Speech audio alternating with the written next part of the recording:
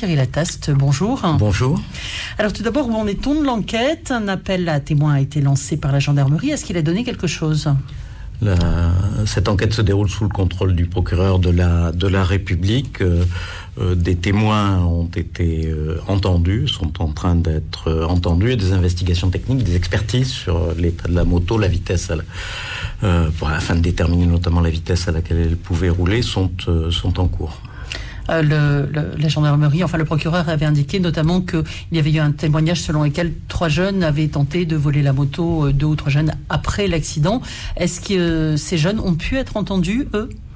Alors une partie de ces jeunes a été à ma connaissance identifiée en tout cas et va être entendue s'ils ne l'ont pas été. Je ne suis pas sûr qu'il y ait eu intention de vol de la moto. D'une manière générale, cet épisode dramatique relance les critiques vis-à-vis de l'État, en particulier sur les réseaux sociaux. Alors, faut-il et peut-on mettre plus de moyens pour la sécurité à Saint-Louis ?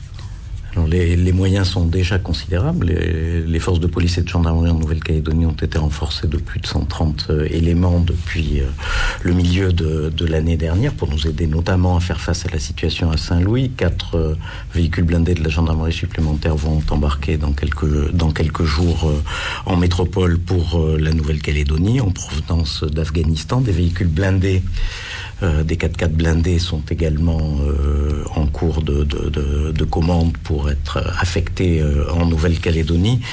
Nous travaillons également sur des moyens techniques spécifiques sur lesquels je ne m'étendrai pas ici. L'hélicoptère de la gendarmerie ou un hélicoptère de la gendarmerie va être doté d'une caméra thermique qui permet d'identifier les origines les déplacements ou les origines de coups de feu. Donc tout ceci est mobilisé aujourd'hui et est mobilisé de manière continue et avec une intensité maximale par les forces de gendarmerie. Je rappelle qu'on a 10 enquêteurs qui ne font que travailler sur Saint-Louis, qu'on est à plus de 160 témoins qui ont été entendus, on est à 57 personnes qui ont été placées en garde à vue, on a 11 personnes incarcérées, on a 9 personnes qui sont sous contrôle judiciaire et 15 qui sont en attente de mise en examen. Alors il reste cet effectif, il n'y a pas eu, je dois le dire, de tir à nouveau depuis maintenant plusieurs semaines, puisque les derniers remontent à la fin du mois de janvier, mais ceux qui ont tiré à la fin du mois de janvier sont aujourd'hui identifiés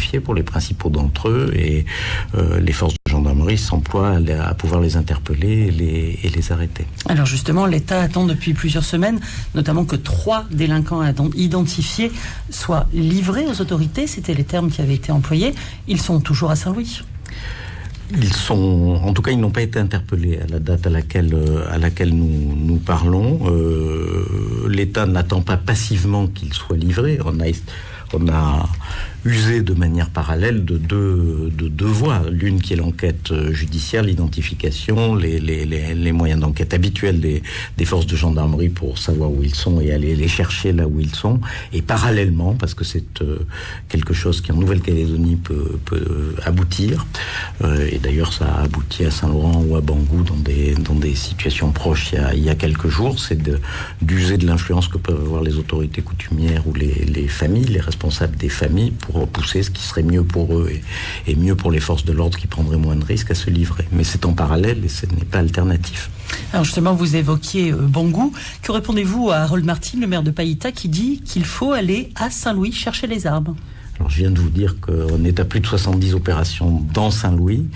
Ce que nous faisons, les meilleurs experts nationaux de la gendarmerie sont venus et nous sommes donc sur une posture qui est celle d'enquête judiciaire et d'interpellation ciblée des personnes identifiées, par ailleurs d'opérations conduites sur des renseignements qu'on considère comme fiables.